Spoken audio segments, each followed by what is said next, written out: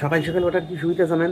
সকালবেলা উঠলে হাতে অনেকখানি সময় পাওয়া যায়। ধরেন ৪-৫টা কাজ করতে যেদিনকে ১২টা বেজে যায়, ১০টা বেজে যাবে, কাজকর্ম সব শেষ, মানে বলি বাবারে এখনও হাতে সময় আছে। যাই হোক, হাতে যখন সময় পাওয়া গেছে একটা কথা বলিয়ে দিই, সেটা হচ্ছে যে আজকাল লোকজন কি হয়েছে এইসব মানে ডিজিটাল জমানায় লোকজন এখন কথাবার্তা বলে মেপে ঝোঁকে, চাপা হাসি মাপা কান্নার মতো হয়ে গেছে।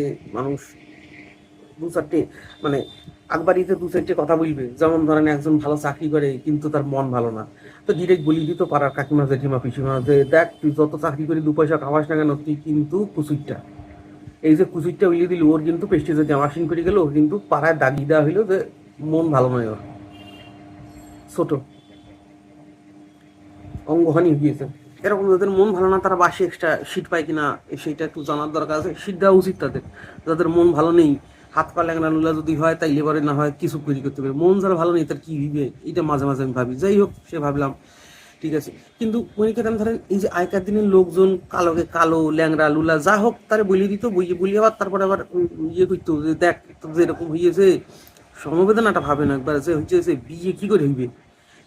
আগেকার দিনের মাসিমা জেঠিমারা কিন্তু এক কথায়, ছেলে ৫ বছরের ছেলে নাক বোসা বলিয়ে দিল যে এই তোর যে গায়ের রং ফসা হইলে কি হবে, নাকটা বোসা, তোর বিয়ে হবে কি করে।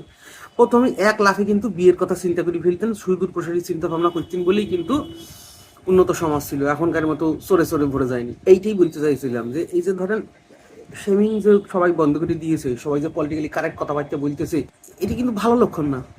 সব কিছু শেমিং উঠে যাওয়া কিন্তু আমার মতে ভালো জিনিস না।